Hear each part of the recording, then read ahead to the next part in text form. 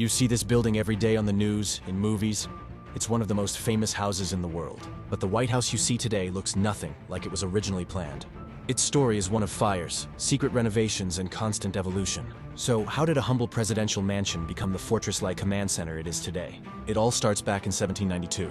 George Washington, the first president, actually never lived in the White House. He picked the spot and approved the design by an Irish-born architect named James Hoban. The original plan was grand, but what was built was a bit more modest.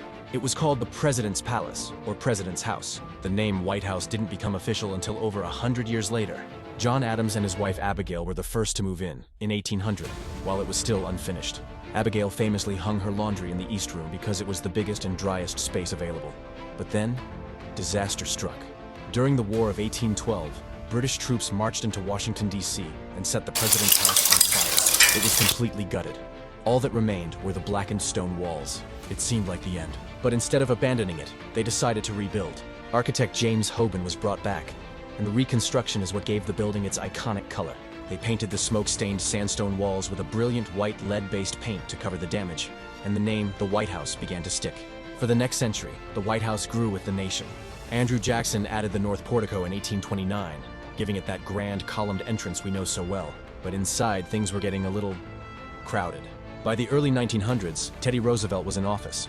He had 6 kids, and the second floor was just a maze of offices and family bedrooms. It was chaos, so Roosevelt launched the first major renovation. He kicked the offices out of the main house and built the very first West Wing. At the time, it was just a temporary office building.